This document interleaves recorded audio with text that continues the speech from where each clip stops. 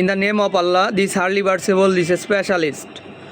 তো আজকে আমরা যে বিষয়ের উপরে কথা বলবো, বুখারী শরীফ নাম্বার 5। তো এই বুখারী শরীফ নবী করিম সাল্লাল্লাহু আলাইহি সাল্লাম সুন্নাত, যে নবীর উপরে ফুরকান নাজিল হয়েছে, অর্থাৎ আল কোরআন, যেটা মানুষের জন্য কি আরোগ্য স্বরূপ, ঔষধের মতো। আর যে ময়মনসিংহে মারা গেল, যে ছেলেটা মারা গেল, যাকে আগুনে পুড়িয়ে হত্যা করা হলো, সে সনাতনীয়। নবী করিম সাল্লাল্লাহু আলাইহি সাল্লামের কাছে মালাইকা আসলো, এঞ্জেলস, এবং তারা বলল, হে আল্লাহর রাসূল, আপনি বলেন যে আমি দুটো পাহাড়কে এক করে দিই। নবী করিম সাল্লাল্লাহু আলাইহি সাল্লামকে বললেন, হে মালাইকা, তুমি কেন এই কথা বলতেছো যে দুইটা পাহাড় এক করবা? তারা তো আপনার বিরুদ্ধে ষড়যন্ত্রও করতেছে। মানে আরবের লোকেরা নবী করিম সাল্লাল্লাহু আলাইহি সাল্লামের বিরুদ্ধে ষড়যন্ত্র করতেছে। নবী করিম সাল্লাল্লাহু আলাইহি সাল্লাম বলল, যদি তারা আমাকে চিনতো আমি কে, তারা কখনো এই ষড়যন্ত্র করতো না। অর্থাৎ তারা আগে আমাকে চিনুক। তাহলে তাকে কিভাবে চিনা যায়?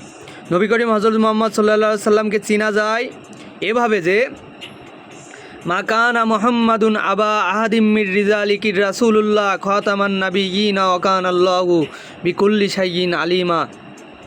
অর্থাৎ আল্লাহর রাসূল সাল্লাল্লাহু আলাইহি সাল্লাম, এখানে আল্লাহ তাআলা তাকে বলতিছে, এই পৃথিবীতে আমি আরও অনেক নবী রাসূল সৃষ্টি করছি, অনেক। তারা অনেক ধর্মের ভিতরে, অনেক বর্ণের মানুষের ভিতরে তারা আসছে। তোমরা জনগণ শুধু এতটুক জানো যে ইনি একজন স্পেশালিস্ট নবী এবং একজন রাসূল। এটা আল্লাহ তাআলা নিজেই বলছে। কিন্তু আরও বলছে যে তোমরা কোনো নবী রাসূলের সাথে কোনো নবী রাসূলের তুচ্ছ তাচ্ছিল্য করিও না। প্রত্যেকটা নবী রাসূলই আমাদের কাছে হার্ট, মানে আমাদের অন্তর, যারা কিনা আমাদেরকে পথ প্রদর্শন করে, যারা কিনা আমাদেরকে এই পৃথিবীতে পথ দেখায়। তাহলে নবী করিম সাল্লাল্লাহু আলাইহি সাল্লাম কলাম কখনোই বলে যাননি, যারা আমার বিরুদ্ধে ষড়যন্ত্র করে তাদেরকে তোমরা কি করে ফেলো, এভাবে হত্যা করে ফেলো। যারা এগুলো করে, যে সে ছিল একা, তার পিছনে হয়তো বা 150 থেকে 500 জন ছিল যারা তাকে হত্যা করে ফেলছে।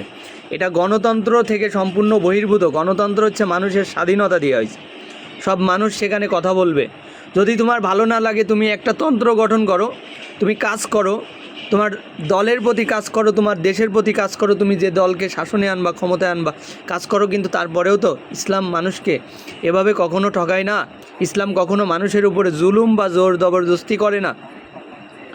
কোরআন কখনো মানুষের উপরে বোঝা চাপিয়ে দেয় না। কোরআন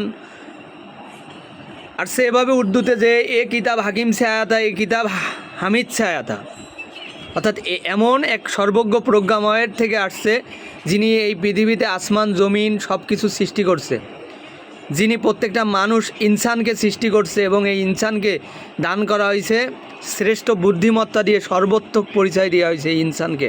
তাহলে সেই ইনসান যদি ভুলবশত এমন কাজ করে, তাহলে তারা কোন পর্যায়ে থাকে?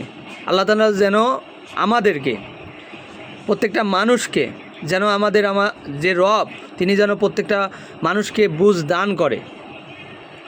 অবশ্যই এখান থেকে বিদায় নিচ্ছে। আল্লাহ হাফেজ। এবং এখানে অবশ্যই সুস্থ বিচার কলাম হবে।